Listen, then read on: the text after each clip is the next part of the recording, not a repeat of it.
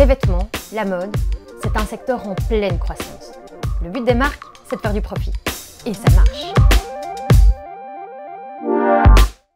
Dès les années 90, des scandales éclatent et révèlent les conditions de travail désastreuses dans les pays de production. Et avec ça, c'est l'image et la réputation des marques qui s'en trouvent sérieusement affectées. Pour se protéger, elles développent la responsabilité sociale des entreprises. Il s'agit d'une démarche unilatérale et sur base volontaire. En gros, c'est comme si elles disaient « on va gérer nous-mêmes les enjeux éthiques et sociaux liés à notre business ». Concrètement, les entreprises de vêtements vont payer d'autres sociétés commerciales pour qu'elles aillent vérifier la situation dans les usines sous-traitantes. Les firmes d'audit vont faire une visite et vont remettre le fameux rapport d'audit social. Alors en général, ce rapport il élude les problèmes.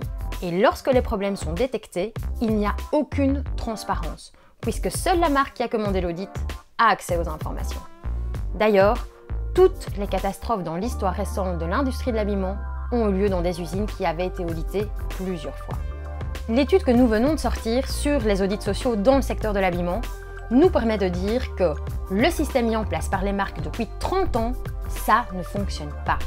Il n'y a quasi pas eu d'amélioration des conditions de travail, ni des salaires, ni de la sécurité. En plus, les audits sociaux, les codes de conduite, les initiatives de mise en conformité sociale, c'est un marché très lucratif de plusieurs milliards d'euros par an. Et notre enquête conclut aujourd'hui qu'en matière de droits humains, c'est un échec. Il est temps d'imposer un cadre contraignant aux entreprises et de leur rappeler que les droits humains, ce n'est pas une option.